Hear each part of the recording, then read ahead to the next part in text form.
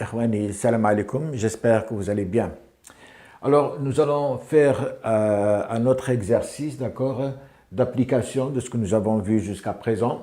Donc, dans ce circuit, qu'est-ce que nous avons? Nous avons deux générateurs E1 et E2.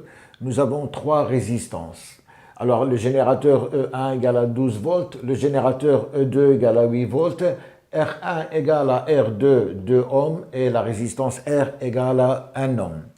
Alors, bien sûr, ici, donc, comme j'ai toujours expliqué, il faut déjà analyser le circuit et voir comment est-ce qu'on peut, c'est-à-dire résoudre le problème d'une manière très simple. Alors, qu'est-ce que je remarque? Je remarque déjà que j'ai les branches qui sont parallèles.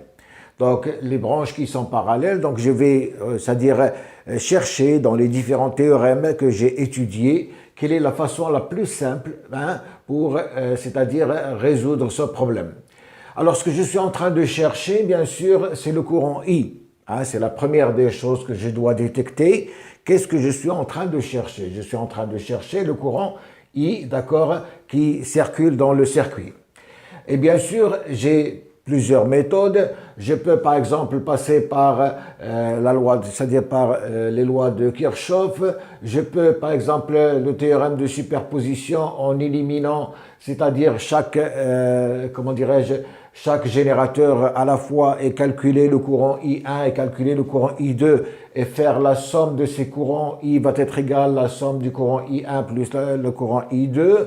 Ou bien, je vais passer par exemple par le théorème de Millman qui me paraît moi le plus simple et le plus rapide à réaliser. Bien sûr, pour pouvoir réaliser le théorème, c'est-à-dire de Millman, j'ai deux mailles, mais dans chaque maille, je n'ai qu'un seul générateur. D'accord? Je n'ai qu'un seul générateur. Donc, qu'est-ce que je vais faire? Dans la deuxième maille, je vais, c'est-à-dire créer un générateur fictif, c'est-à-dire de tension égale à 0. Comme ça, je vais pouvoir, c'est-à-dire rassembler cette branche, cette maille, si vous voulez, dans un seul, dans une seule branche avec, c'est-à-dire une force électromotrice Millman et une résistance Millman. Alors, qu'est-ce que je fais? Tout simplement, je vais ici, à ce niveau-là, d'accord? À ce niveau-là, je vais créer, d'accord, un générateur fictif de tension égale à 0. D'accord? Générateur fictif de tension égale à 0. C'est ce que je vais faire. Voilà, je vais le créer. Alors, ce générateur-là, juste pour qu'il me permette, d'accord, d'appliquer, comment dirais-je, le théorème de Millman. Voilà ce générateur, d'accord, avec une tension E égale à 0. Je vais l'appeler E3 si vous voulez, E3 égale à 0. Avec ce générateur fictif, je vais pouvoir, c'est-à-dire appliquer le théorème de Millman sur ce circuit. Alors, je vais prendre cette maille, et pour cette maille, bien sûr, je vais rassembler ces deux générateurs en une, c'est-à-dire, comment dirais-je, en un seul générateur avec une force électromotrice Millman. Et je vais rassembler ces résistances avec une seule résistance qui est appelée la résistance Millman. Alors, qu'est-ce que je vais avoir? Donc voilà, je viens de simplifier, d'accord, mon circuit, d'accord. J'ai pris la maille qui est ici, les deux générateurs, je les ai rassemblés en un seul générateur Millman, et puis R1 et R2, je les ai rassemblés, d'accord, avec la résistance Millman, et j'ai gardé bien sûr mon générateur E2 avec le courant qui circule et la résistance R. C'est bon. Donc, c'est une façon c'est-à-dire de travailler, c'est une manière de travailler, si vous voulez, pour faciliter les choses.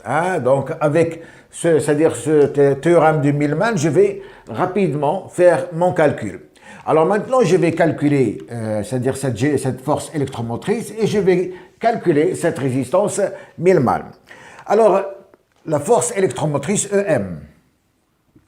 Alors, EM, normalement, comme on a dit, c'est la somme, d'accord, des forces électromotrices I sur leur résistance correspondante, d'accord, divisée par la somme des résistances correspondantes.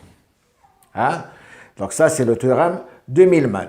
Alors, qu'est-ce que je vais trouver? EM, d'accord, va être égal Alors ici, bien sûr, j'ai le générateur E1, d'accord, qui a une force, c'est qu'avec sa résistance R1. Donc je vais marquer ici E1, voilà, E1 sur R1. Et qu'est-ce que j'ai ici? Le générateur E3 avec la résistance R2. Le générateur E3 égale à 0, donc je n'ai plus rien. Donc ici, j'ai plus 0, d'accord, sur R3. R2, pardon. D'accord? Alors, sur les résistances respectives, 1 sur R1 plus 1 sur R2. Hein? Donc, ça veut dire ici, hein, ça veut dire que EM est égal. Donc, E1 est égal à combien? Est égal à 12 volts. 12 divisé par R1. R1, c'est 2 ohms, divisé par 2, d'accord? Sur 1 sur R1. R1 égale à 2, donc 1 sur 2, d'accord? Plus 1 sur R2, c'est 1 sur 2. C'est la même chose. D'accord? Donc, je vais simplifier par 2. Et qu'est-ce que je trouve? 12 sur 2. 12 sur 2 qui est égal à 6 volts. Donc voilà la valeur c'est-à-dire de ma force électromotrice Millman. Je viens de déterminer cette force qui est égale à 6 volts. Donc je vais la mettre ici. EM égale à 6 volts. Donc vous voyez que j'ai été rapide.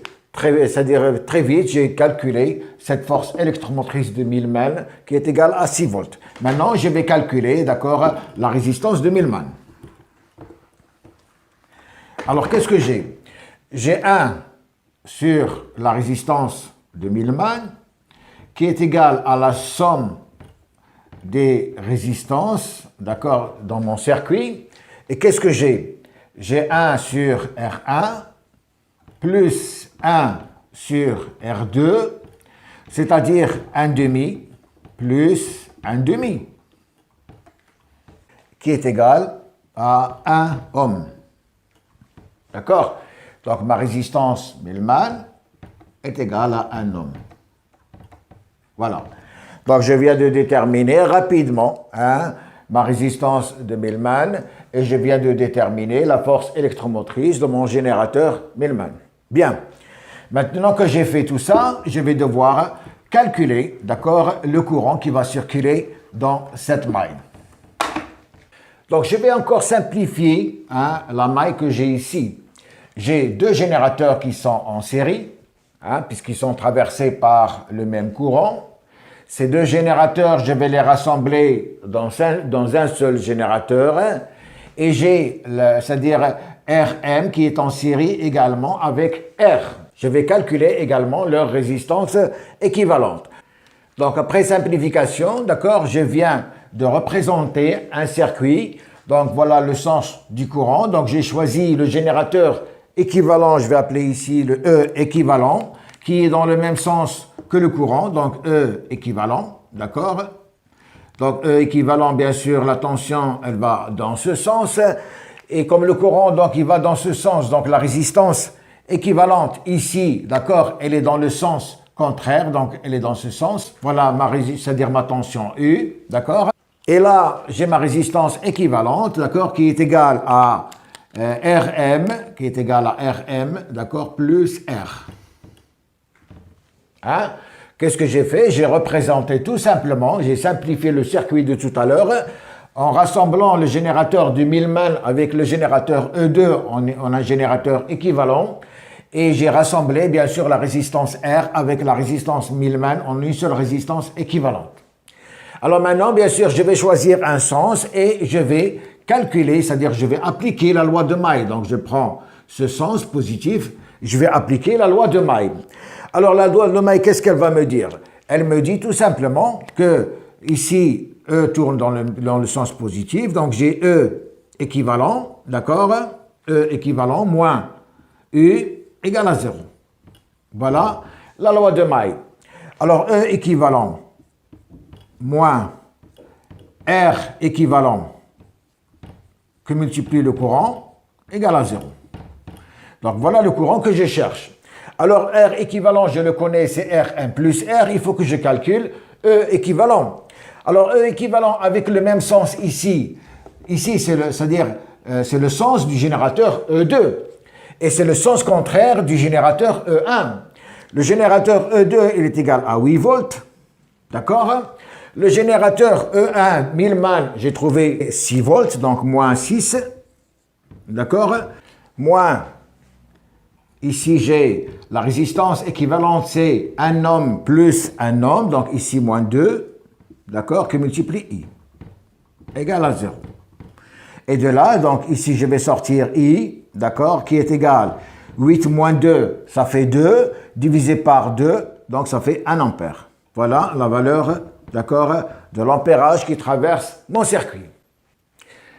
Donc, je viens de faire un calcul très simple du courant I à partir du théorème de Millman et je vous ai démontré comment est-ce qu'on peut appliquer ce théorème d'une manière très simple en ajoutant un générateur fictif qui va me permettre, d'accord, d'appliquer le théorème du Millman dans cette maille tout en gardant la maille, d'accord, dans laquelle circule le courant que je suis en train de chercher. Et après toute simplification, j'ai également, c'est-à-dire mis le générateur E2 avec le générateur Millman en un générateur E équivalent et j'ai rassemblé la résistance équivalente, c'est-à-dire la résistance de Millman avec cette résistance R et je me suis retrouvé avec cette maille.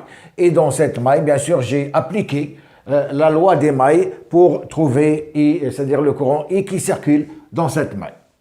Alors j'espère que vous avez compris, hein, c'est très simple, il suffit tout simplement d'analyser le circuit dès le départ, de chercher la valeur que vous êtes en train, la grandeur que vous êtes en train de chercher, de donner 5 minutes de votre temps et voir un peu quelle est la meilleure solution à appliquer pour résoudre un tel problème.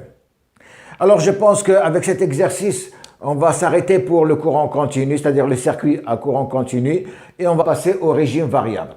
D'accord? Donc, j'espère que c'est-à-dire, j'ai été le plus clair possible. On se retrouve, Inch'Allah, pour la prochaine vidéo. D'ici là, je vous remercie. Au revoir.